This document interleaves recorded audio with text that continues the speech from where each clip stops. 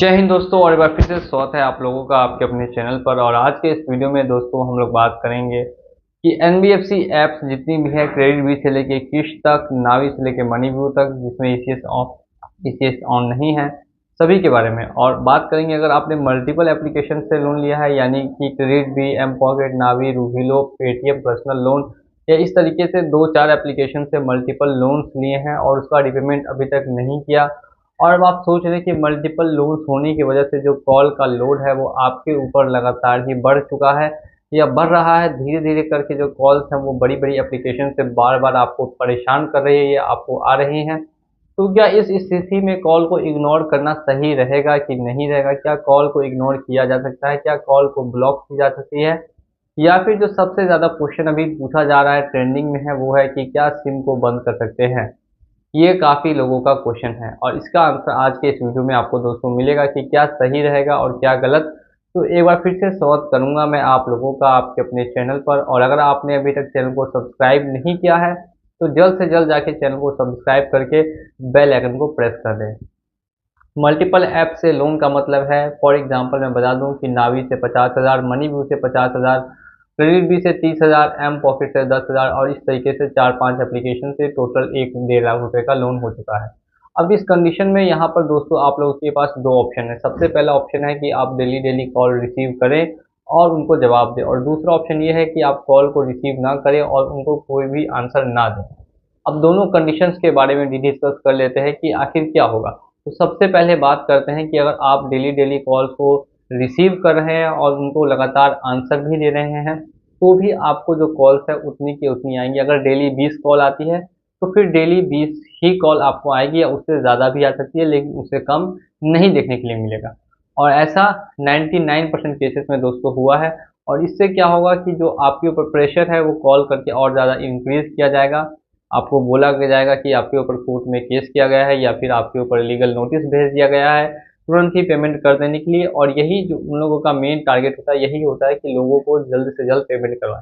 अब किस कंडीशन में आपको पेमेंट करनी है, किस कंडीशन में नहीं करनी है, वो डिपेंड करता है कि आपका अभी फाइनेंशियल सिचुएशन क्या है। अगर आपकी अभी फाइनेंशियल सिचुएशन एकदम सही है और अगर आपके पास पैसे हैं तो पेमेंट करके क्लोज करना आपकी जिम्मेदारी है। और अगर इन केस पैसे नहीं है, या अगर पैसे आए भी हैं तो उन्होंने पैसे काफ़ी इंक्रीज कर दिए हैं, यानी 10,000 को 20,000 कर दिया है, तो आप कोशिश ये करेंगे कि फिर से 20,000 से 10,000 उनको बोलेंगे करने के लिए और फिर उसके बाद उनका पेमेंट करेंगे। तो ये कंडीशन है पेमेंट करने के लिए। और इन कंडीशन जॉब ही नहीं है या कोई ऐसी सिचुएशन है जिसमें कि पैसा बिल्कुल भी नहीं है आपके पास, तो फिर आप यहाँ पे इग्नोर कर सकते हैं। आपको क्या करना है वो ध्यान से सुनेंगे और उसको फॉलो करेंगे। तो देखिए, दो स्टेप्स आते हैं जिसमें कि आप कॉल्स को इग्नोर कर सकते हैं। सबसे पहला स्टेप आता है कि आप अननोन नंबर्स की कॉल को ब्लॉक कर दें। मैं स्टेप बाय स्टेप आपको समझा रहा हूँ, इसीलिए आप हमारे चैनल को सब्सक्राइब करके बेल आइकन को प्रेस करेंगे ताकि ऐसी इन्फॉर्मेशन और यूजफुल वीडियोस आप तक सबसे पहले पहुँच सके। और दूसरा स्टेप यह आता है कि आप सीधे सीधे नंबर को ही स्विच ऑफ कर देंगे। तो कौन सा स्टेप सही रहेगा और किसमें आपको फ़ायदा होगा, इसके बारे में बात करते हैं। देखिए, अगर आपने अननोन नंबर्स की कॉल्स को ब्लॉक किया तो भी आपको धीरे धीरे देखने के लिए ये मिलेगा कि 7 डेज, 10 डेज और 15 और 30 डेज, यानी टोटल 1 महीने के बाद आपको कॉल की संख्या 1 या 2 में रह जाएंगी। इससे ज़्यादा आपको कॉल्स नहीं आएंगी। वो भी कॉल ऑटोमेटिकली ब्लॉक होंगी और जो कॉन्टैक्ट्स आपने सेव किए हैं वो सभी कॉल्स आपको आ सकते हैं। लेकिन आपको मैसेजेस आएंगे। जी हाँ, आपको मैसेजेस देखने के लिए मिलेंगे, आपको व्हाट्सएप पे मैसेजेस और कॉल्स देखने के लिए मिलेंगे, वो बंद नहीं हो। अब नेक्स्ट कंडीशन के बारे में बात करते हैं जिसमें कि नंबर ही को स्विच ऑफ कर लिया जाए या नंबर ही को बंद कर दिया जाए। ऐसे कंडीशन में क्या हो सकता है? देखिए, अगर आपने नंबर हमेशा के लिए बंद करवा दिया तो फिर दिक्कत ये होगी कि आप अगर दोबारा पेमेंट करना भी चाहेंगे तो कर नहीं पाएंगे, क्योंकि नंबर तो अब हमेशा के लिए बंद हो चुका है। तो कभी भी नंबर हमेशा के लिए बंद करवाना सही ऑप्शन नहीं माना जाता है। और दूसरी बात अगर हम लोग करें कि अगर नंबर आपको स्विच ऑफ करना है 1 या 2 महीने के लिए, तो वो इस कंडीशन में कर सकते हैं कि आपके ऊपर मेंटल काफ़ी ज़्यादा प्रेशर बन चुका है और अब आप और ज़्यादा इसको नहीं झेल पा रहे, तब आप ऐसी कंडीशन में बिल्कुल ही नंबर को स्विच ऑफ कर सकते हैं 1 और 2 मंथ्स के लिए। और उसके बाद अगर आप दोबारा से ऑन करेंगे तो कुछ कुछ मैसेजेस और कॉल्स आपको आएंगे, लेकिन ज़्यादा नहीं रहेंगे, कम रहेंगे, क्योंकि मल्टीपल ऐप्स का यही सबसे बड़ा दोस्तों नुकसान होता है कि जो कॉल्स की संख्या है वो सभी एप्लीकेशन से आती हैं तो आदमी परेशान हो जाता है, मेंटली हरास हो जाता है। तो ऐसी कंडीशंस में आपको क्या करना चाहिए, तो मैंने बता दिया। नंबर को स्विच ऑफ कर सकते हैं 1 to 2 मंथ्स के लिए, या फिर दूसरा है कि आप अननोन नंबर की कॉल्स को ब्लॉक कर सकते हैं। ये दोनों ऑप्शंस आपके पास अवेलेबल हो जाते हैं।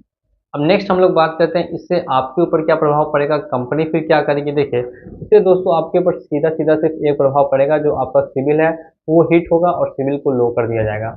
नेक्स्ट अगर बात करें तो कंपनी क्या एक्शन ले सकती है, तो दोस्तों अगर कंपनी के रिकवरी एजेंट्स आपके घर के आसपास है, तो वो रिकवरी एजेंट्स आप तक रीच कर सकते हैं, पहुंच सकते हैं। लेकिन ये कोई दोस्तों बड़ी दिक्कत नहीं है। रिकवरी एजेंट्स को कैसे हैंडल करना है, कैसे मैनेज करना है, इस पे लगभग 100 से भी ज़्यादा वीडियोस मेरे चैनल पे ऑलरेडी हैं, और आप उनको जाकर वॉच कर सकते हैं। मैंने हर वीडियो में आपको समझाया हुआ है 1 to 1 स्टेप बाय स्टेप कि कैसे हैंडल करना है, क्या बातें करनी है, कैसे रिकवरी एजेंट दोबारा घर पे नहीं आते हैं। तो ये कोई बड़ी प्रॉब्लम नहीं है।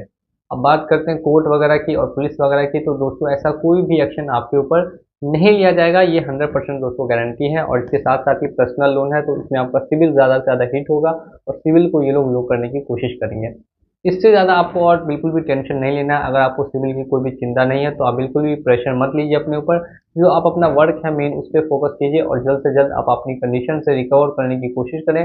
मैं शुभकामनाएं देता हूँ आप